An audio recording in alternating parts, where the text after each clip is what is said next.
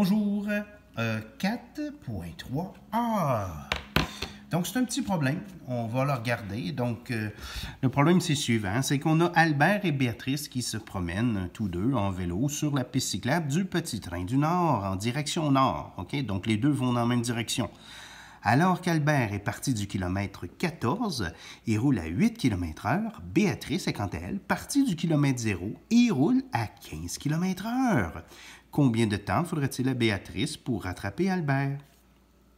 Bon, ben la première chose qu'on va se demander, c'est quelles sont les variables dans ce problème-là. Bon, ben, OK, on a un X et on a un Y.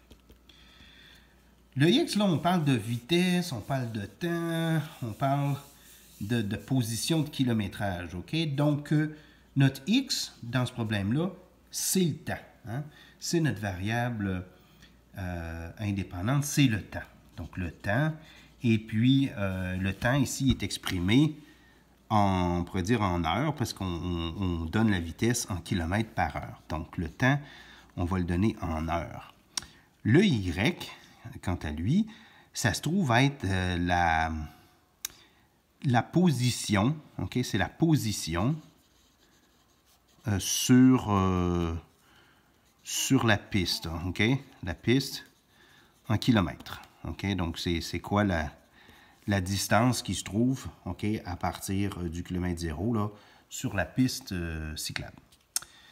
Donc, c'est ça. Donc, on a deux équations. On a un système d'équations. Il y a une première équation qui est pour, Albert. Donc, on dit qu'Albert est parti du kilomètre 14. OK? Donc, si la position, c'est notre Y, OK, le point de départ, s'il est commencé au kilomètre 14, ça, c'est notre B, hein, c'est l'ordonnée à l'origine. Donc, ça va être plus 14 km.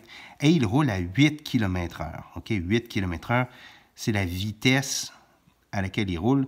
Ça se trouve à être la pente. Hein? La vitesse, c'est ce qu'on appelle un taux de variation de la position par rapport au temps. Donc, c'est ça la vitesse. Donc, l'équation, c'est simplement Y qui est égal à 8 fois 8x, donc 8 le temps, OK, plus la position initiale, donc le 14, l'ordonnée à l'origine. OK, donc si vous mettez le temps égal à 0, et là-dedans, ben, ça vous donne bien qu'il est parti à la position 14. Donc, tout ça, ça a du sens. Si maintenant je regarde la deuxième équation, celle de Béatrice, ben, elle roule non pas à 14 km/h, mais à 15 km/h. Donc, sa vitesse, c'est 15. Donc, 15, c'est la pente, là, c'est le 15 qui va ici. Le kilomètre de départ, c'est 0. Donc, dans le fond, je ne suis pas obligé de rien marquer, là, c'est 15x, c'est suffisant. Là, j'ai marqué le 0, juste pour expliciter là, qu'elle est partie au kilomètre 0. Donc, comment on résout? Ben, c'est la même chose. Par la méthode de comparaison, on dit ça ici, c'est égal à ce qui est en dessous. Donc, résolvons. Donc, on a 8x plus 14 qui est égal à 15x. OK? Là, j'ai déjà des x ici, OK? Puis, je n'ai pas rien de plus. Donc, c'est plus facile de transférer mes x de ce côté-là. Donc, je fais moins 8x de deux côtés. Donc, je vais me ramasser avec 14 qui est égal à 15x moins 8x. Ça fait 7x. Et x, simplement, si je divise par 7, ça fait 2 qui est égal à x. Ou si vous aimez mieux, x est égal à 2. Okay? Donc, ce 2, ça se trouve à être 2 heures. Okay?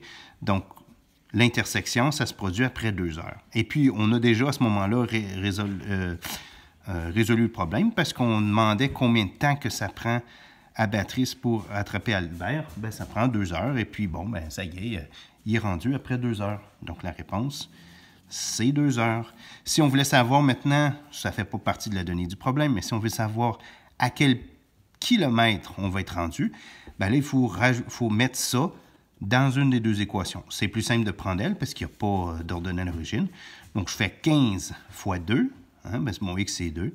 Je serais arrivé à 30. Donc, ils vont se rencontrer au kilomètre 30. Okay? Ils se rencontrent